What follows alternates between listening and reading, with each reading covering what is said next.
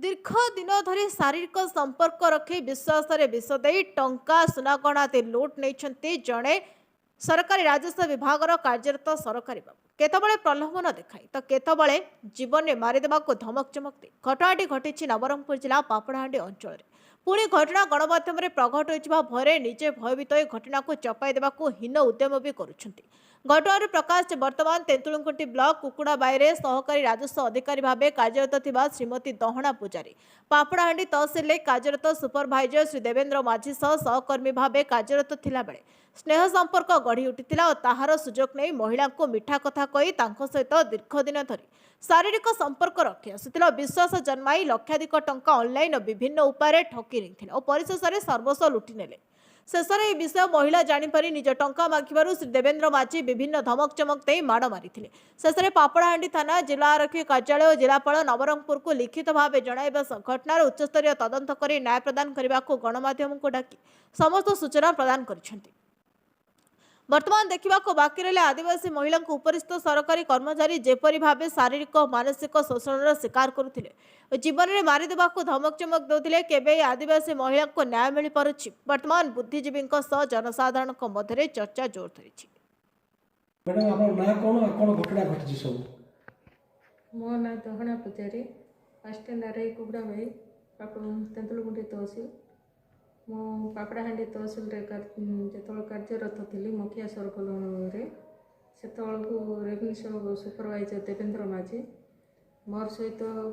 विभिन्न प्रकार प्रलोभन देखे मो सहित शारीरिक संपर्क रखिले मो ठारू टंका पैसा सब अडप कर लक्षाधिक टंकार गहना और 12-13 लाख टंका हम पैसा भी नहीं जाए मैडम से गूगल पे जोगे गूगल पे फोन पे जोगे काली कौन घटनाक्रम घटी मैडम काली जो मो ऑफिस को जाइए मोर पर्सनल सर्विस बुक से रही जाइए मु आनवाई जाइए सहित देखाबार मु पचारि मो सहित तो संपर्क काटिदेल गत मे मास ठारू मो संपर्क जो काटि सारे मो नहीं सुना आ टंका कहीं तुम पाखे थो मत फेरई दिव बोली जो मुझे कहली कहबार मत सेदिन मो सहित अटाक कले तो आपण कौन मु थाना एफआईआर देती पापड़ाहांडी थाना आज मु एसपी सार को भेटिकी गोटे अभियोग आ कलेक्टर सार को गोटे अभियोग देती यार न्याय पाइबा मु चाहूँगी। मैडम आप जो कहते जो देवेंद्र कथा आप केते वर्ष हम ना केते दिन हम सहित आप संपर्क मोर संपर्क थिला गत मे मास ठारू आज 3 मास हम मो सहित संपर्क काटि देइछन्ती कौन होता आपनकर मैडम को प्रकार संपर्क थिला आपनकर सहित मोर घर रिलेसन थिला सहित मोर पूरा संपर्क थिला स्वामी स्त्री हिसाब से जहाँ संपर्क रहा कथा से संपर्क थिला निजे भी कही से घर को भी आसुले आसिकी जमी कहते जे मु सब तोर भल मंद बुझाबुझी करी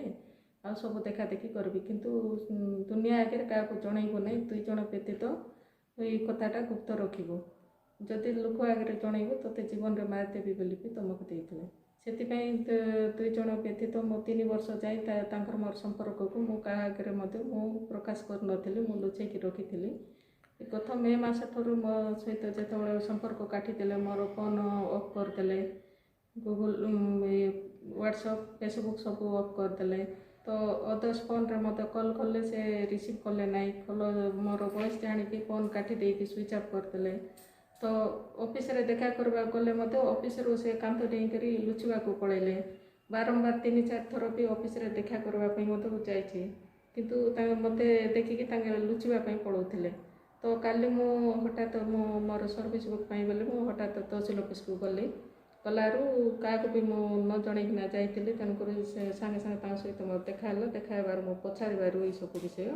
आ मो सहित जो संपर्क काटि सारे मोर देता टंका सुना मत फेरई दिव बोली जो मागिबार मो सहित पूरा बेक माँ ग्यारंटी न तु केत मत टंका सुना देचु तोते जीवन में मारिदेवी बोली मत बेक चिपिकी चुटी गछाड़ी पूरा तले कछाड़ी पकईले आ मत बहुत माड़ मारे